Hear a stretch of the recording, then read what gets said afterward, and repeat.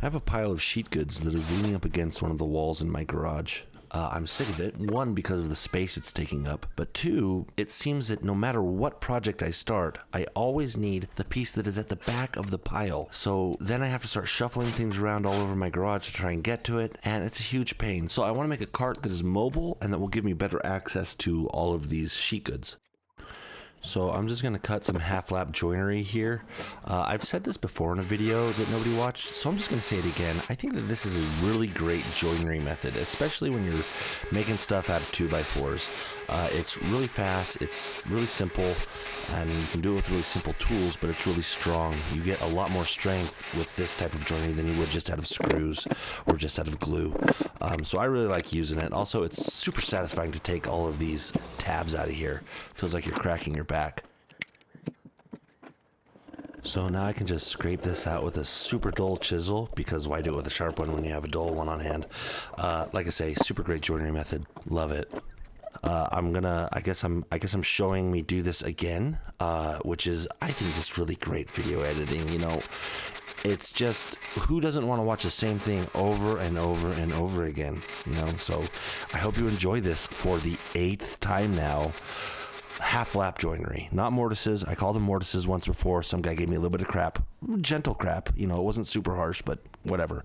So I've got these end pieces now, and now I'm just going to lay a bunch of 2x4s in all of those half-lap joints. I really want to call them mortises, but that's not what they are. They're not mortises. So this is the base of the cart that I'm assembling here, and right now it's about 7 feet long, which is way too long. I end up shortening it to just under 4 feet long off camera, and that makes it a lot more stable and actually a lot more useful, because as it is right now at 7 feet long, any sheet good that I store on there needs to be 7 feet long to be supported by the uprights that I'm installing right now. By shrinking it down to under 4 feet, then I can store something that's obviously just 4 feet long, so that makes it a lot more useful for me. All right, this is looking super good. Don't deny it. Don't deny it. I don't want to hear it. It's looking super good. So I'm putting some locking casters on the bottom of this. I want it to be very easy to move around my shed, but I also want to be able to lock it down for when I'm taking pieces on and off of the cart.